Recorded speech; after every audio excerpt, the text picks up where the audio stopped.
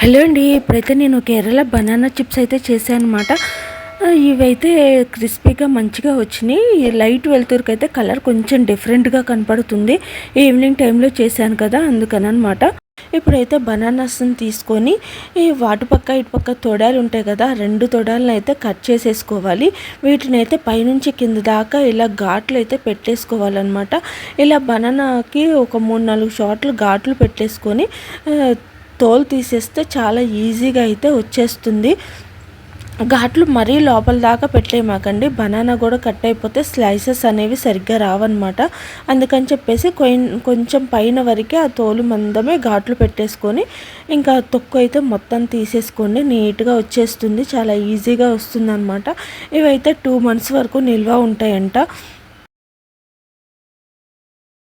ఇంకా వీటిని ఇలా చేసిన తర్వాత వాటర్లో అయితే ఒక 5 నిమిషాలు వేసేసుకొని పక్కన పెట్టేసుకోవాలి. ఇంకా ఒక చిన్న బౌల్ తీసుకొని అందులో ఒక స్పూన్ ఉప్పు, ఒక 1/2 స్పూన్ పసుపు వేసేసుకొని కొంచెం వాటర్ వేసుకొని అయితే మొత్తం మిక్స్ చేసుకోవాలన్నమాట.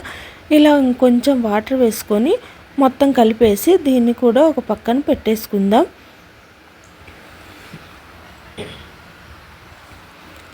తర్వాత డీప్ ఫ్రైకి ఆయిల్ పెట్టుకుందాం. ఆయిల్ కొంచెం కలర్ చేంజ్ కనపడుతుంది కదా, నేనైతే ముందు షార్ట్ వీడియో తీసుకున్నాను అనమాట.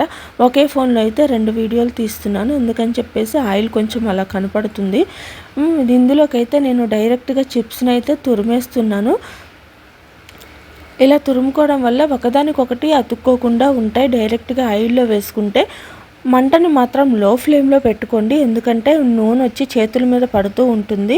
అందుకని చెప్పేసి లో ఫ్లేమ్లో పెట్టుకున్న తర్వాత వేసుకోండి. ఇందులోకి 1 స్పూన్ మనం కలిపి పెట్టుకున్న మిశ్రమం ఉంది కదా, అది వేసుకొని మొత్తం కలిపేసుకోవాలి. ఇలా వేయటం వల్ల చిప్స్ చప్పగా లేకుండా ఉంటాయి, అలాగే కలర్ కూడా కొంచెం డిఫరెంట్గా కనబడతాయి అన్నమాట. పసుపు వేసాం కదా, ఇంక ఇలా అయితే మీడియం ఫ్లేమ్లోకి మార్చుకున్న తర్వాత వేయించుకోవచ్చు. మరీ హై ఫ్లేమ్లో అయితే పెట్టొద్దు, ఎందుకంటే చిప్స్ అనేవి తొందరగా వేగిపోతాయి, కలరు తొందరగా చేంజ్ అవుతుందన్నమాట. ఇలా కొంచెం మీడియం ఫ్లేమ్లో వేయించుకున్న తర్వాత ఇంకా వీటిని కలర్కి వచ్చిన తర్వాత తీసైతే పక్కన బౌల్లో పెట్టేసుకోవచ్చు అనమాట. ఇంక ఈ కలర్ వస్తే సరిపోతాయి, మనకి క్రిస్పీగా వస్తాయి.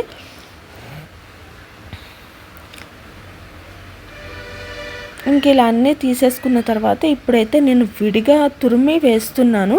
ఇవి కూడా ఎలా వస్తాయో చూద్దాం. నేనైతే ఇంకా బనానాస్ అన్నీ స్లైసెస్ ఒకదాని మీద ఒకటి పడుతూ ఉంటాయి కదా, అందుకని చెప్పేసి కొంచెం అతుక్కున్నట్టయితే అవుతాయి అన్నమాట.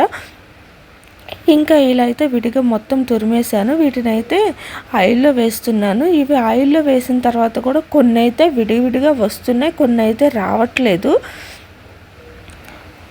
ఇంకా డైరెక్ట్గా ఆయిల్లోకి స్లైసెస్ వేసుకుంటేనే బాగుంటాయి అనిపించింది. ఇంకా సేమ్ ప్రాసెస్ 1 స్పూన్ అయితే పసుపు ఉప్పు వేసిన నీళ్లు పోసేసుకోవాలి. వాటర్ వేయడం వల్ల ఏం కాదండి, కొంచెం ఆయిల్ చిటపటలాడుతుంది, అంతే అనమాట, ఏం కాదు. ఇంకా వీటిని అయితే ఇలా తీసేసుకొని పక్కన పెట్టుకోవాలి. ప్రాసెస్ అయితే చాలా ఈజీగా ఉంటుంది, తొందరగా అయిపోతుంది అనమాట. వీడియో నచ్చితే లైక్ చేయండి, ఛానల్ని సబ్స్క్రైబ్ చేసుకోండి.